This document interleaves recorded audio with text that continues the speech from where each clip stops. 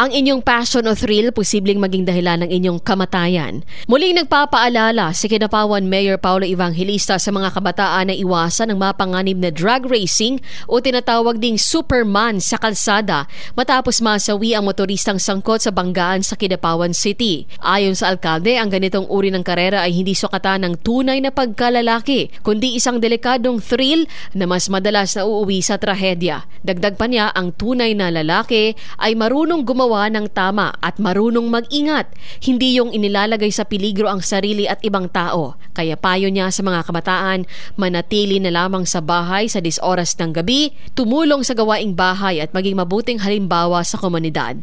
Dagdag niya na alagaan nila ang sarili para sa kanilang kinabukasan at para sa kinabukasan ng Kidapawan. Patuloy naman ang panawagan ng lokal na pamahalaan sa mga magulang at barangay officials na maging mapagmatsyag laban sa iligal na karerang nagdudulot ng disgrasya sa lansangan. Patay on the spot ang 20 anyos na lalaking umano'y kasama sa nag-drag racing at nag-alas Superman matapos bumangga ang minamanehong motorsiklo sa Mitsubishi Expander sa kabahaan ng Sinswat Street, Poblasyon, Kidapawan City pasado 1:00 ng madaling araw.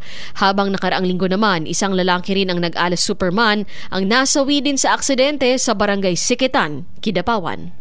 Cherry May Exim Tapia, NDBC Bida Balita.